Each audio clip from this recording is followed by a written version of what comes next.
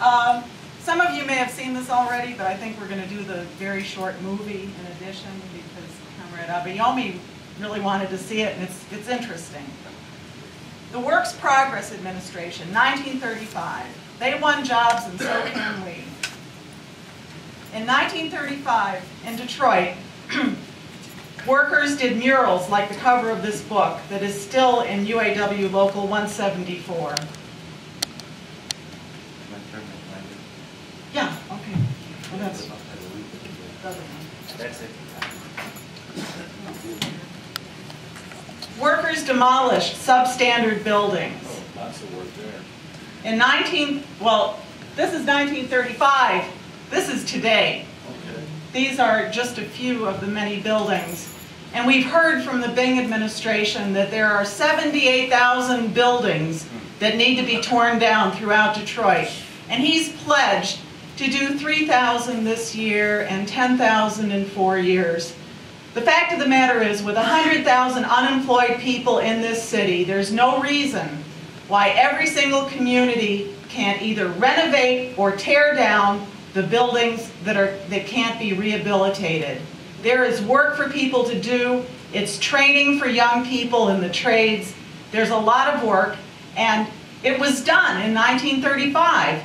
There's a building that was torn down, and in fact it was on Benton Street here in Detroit. The WPA constructed and renovated schools. Vital Elementary is one of the schools that's slated for closing this year. It was refurbished by the WPA. And Western High School on Scotton was also built. Infrastructure, sewers, roads, and sidewalks throughout Detroit. And all these pictures are from Detroit except for this one. Still in Detroit, even though this was done in Tucson, in Detroit, you can find WPA stamps in sidewalks. That sidewalk exists. It's still in good condition. But 1935 was 6 years after the stock market crashed in 1929. What happened in those 6 years? Unemployment and foreclosures. The city of Detroit supplied apples and firewood to the unemployed to sell on street corners, and banks failed. But something else happened too. On March 6, 1930, an International Unemployment Day drew out thousands across the country.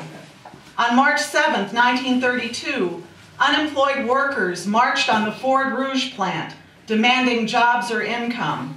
Many were shot and 5 were killed by Henry Ford's thugs.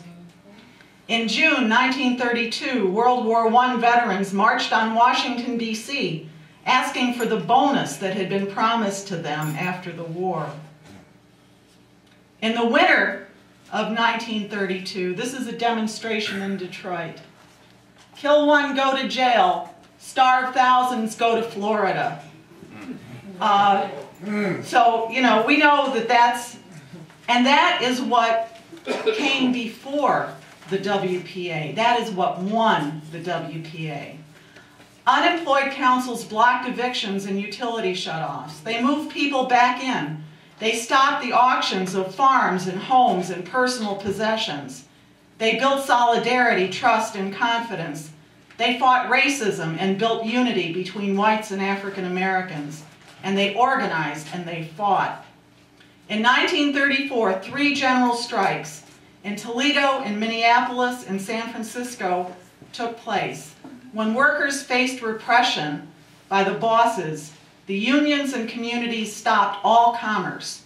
The union permitted services needed by the workers, but stopped everything else, and the workers won. This is a film called We Work Again.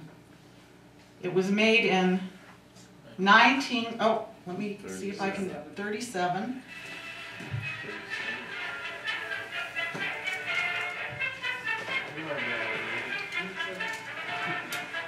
Only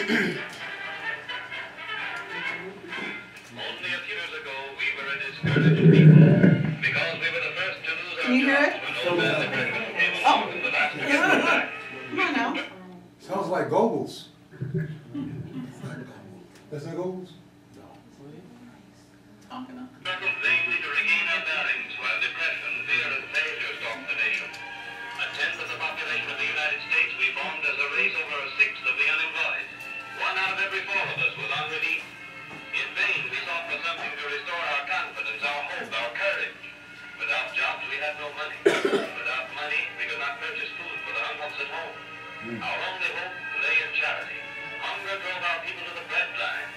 Anxiously we waited for some sign of better days. Then came the federal government's work program. One by one it took us out of the bread line. It gave us a new chance to take a normal place in the life of our community.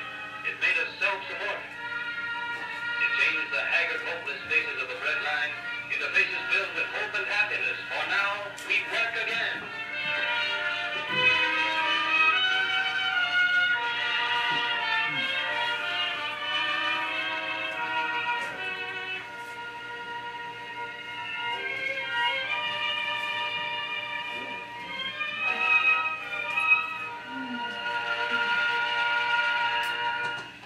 Unskilled laborers, the forgotten men of past generations, now work steadily at decent wages.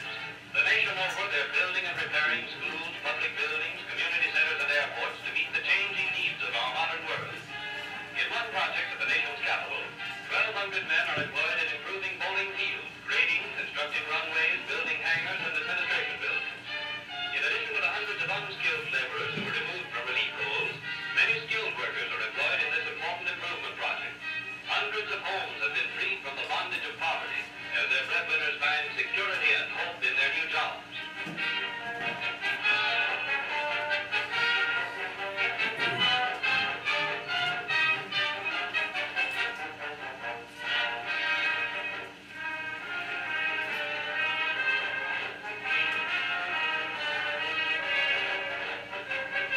In New York City, a WPA housing demolition project is underway, which will greatly improve the living conditions of families of moderate means.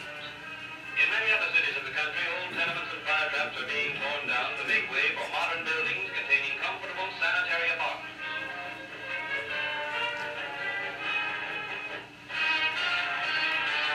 At Colonial Park in Harlem, as in many other congested areas, WPA workers have constructed a huge swimming pool and are now completing a bathhouse which will accommodate 4,100 persons. In this construction project, skilled workers are employed, utilizing the knowledge of their trades gained in the days before depression.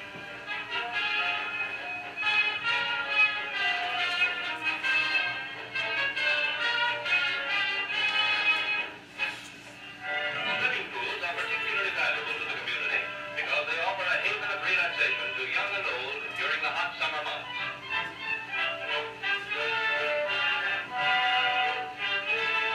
Crowded city streets, providing every safeguard to prevent such tragedies as were all too common to the old swimming hole. Typical of the park improvement projects underway all over the country is another feature of the improvement program at Colonial Park. A wading pool has been built by WPA workers in which the youngsters may splash to their heart's content.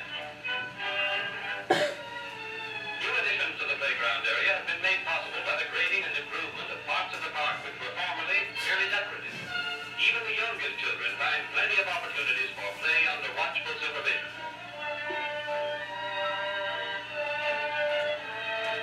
In many parts of the country, nursery schools have been established where almost 10,000 children of our needy families are provided with hot meals, supervised play activities, and excellent preschool training under competent instructors removed from relief roles.